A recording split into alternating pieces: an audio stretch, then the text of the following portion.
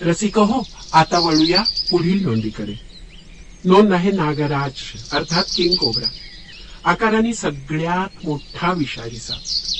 नागराजाचं शास्त्रीय नाव ऑफिओफॅगस हेना असं असून ऑफिओफॅगस प्रजातीत नागराज ही केवळ एकच जाती आहे. त्याच्या नावात जरी नाग हा शब्द असला तरी तो सामान्य नागाहून कोब्रा वेगळा आहे. त्याचा समावेश इलॅपिडी कुलाच्या ऑफिओफॅगस प्रजातीत होतो, तर नागाचा म्हणजे कोब्राचा समावेश इलॅपिडी कुलाच्या नाजा या प्रजातीत होतो. नागराज हा प्रामुख्याने आशियात आढळत असून भारतापासून फिलिपिन्स आणि इंडोनेशियापर्यंत तो आढळतो. पूर्व चीनमध्ये तो तुरळकपणे आढळतो. भारतामध्ये महाराष्ट्र, कर्नाटक या राज्याच्या सीमा भागातील बांदीपूर, निलगिरी वनात, तामिळनाडू, केरळ आणि आसाममधील वनात नागराज दिसून येतो. तो हल्लेखोर आहे आणि चपळ साप आहे. पूर्ण वाढलेल्या नागराजाची लांबी सामान्यतः 3 ते 4 मीटर असते, पण काही वेळा त्याहून अधिक सुमारे 5.6 मीटर पर्यंत सुद्धा असू शकते. रंग पिवळा, हिरवा, तपकिरी किंवा काळा असतो. शरीरावर फिकट पिवळसर किंवा पांढरे आडवे किंवा उलट्या व्हीच्या आकाराचे पट्टे असतात. पोट पिवळसर पांढरं असून पाठीवरील खवले मऊ आणि एकसारखे असतात. नागराज हा नागाप्रमाणे फणा काढतो, मात्र त्याची फणा नागाच्या फणेहून अरुंद असते. तसंच नागराजाच्या फणेवर 10च्या आकड्यासारखी खूण नसते. त्याचे दोन्ही जबडे परस्परांना जुळलेले नसल्यामुळे तो मोठ्या आकाराचे भक्ष्य गिळू शकतो.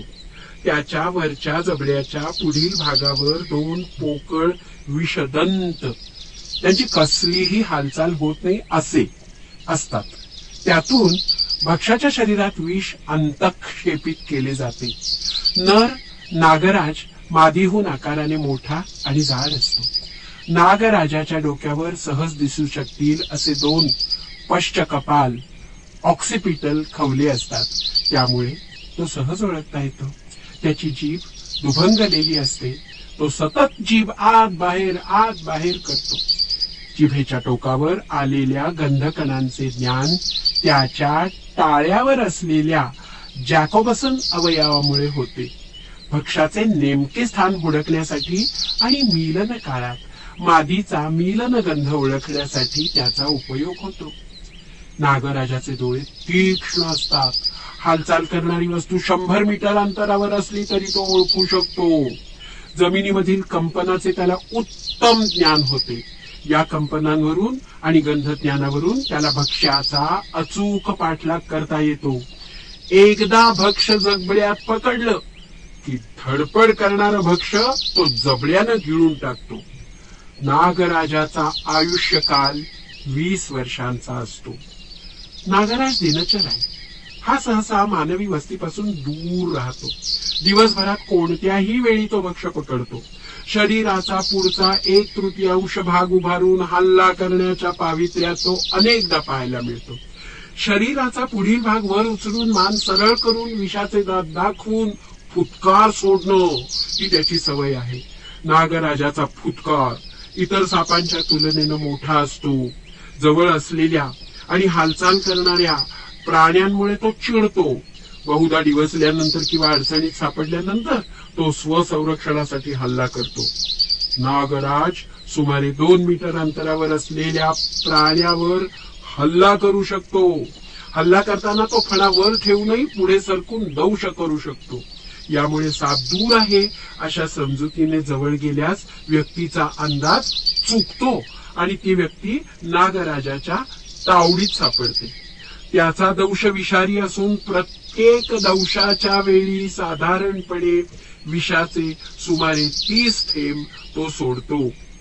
धामण, लहान अजगर आणि बरेच विषारी साप हे नागराजाचे मुख्य अन्न आहे. मात्र ते मिळाले नाही तर तो सरडे, पक्षी, लहान कृंतक असं खातो. मुंगूस हा सापांचा नैसर्गिक शत्रू आहे, परंतु मुंगूस अंगावर आला तर नागराज त्याला प्रतिकार करतो. त्यांच्या झटापटीत बहुधा मुंगसाचा जीव जातो. नागराजाची मादी ही सापांमध्ये अंड्यांचे रक्षण करणारी एकमेव मादी आहे. वाळलेली पानं आणि गवताचं घरटं करून त्यात मादी 20 ते 40 अंडी घालते.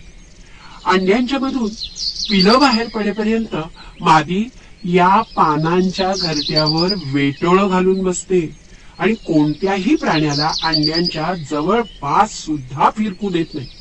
अंड्यातून पिलं बाहेर येण्याच्या वेळी ती घरट्यापासून दूर जाते आणि एखादं भक्ष्य खाते. मात्र स्वतःची पिलं ती खात नाही. जन्मलेली पिलं 45 ते 55 सेंटीमीटर लांब असतात.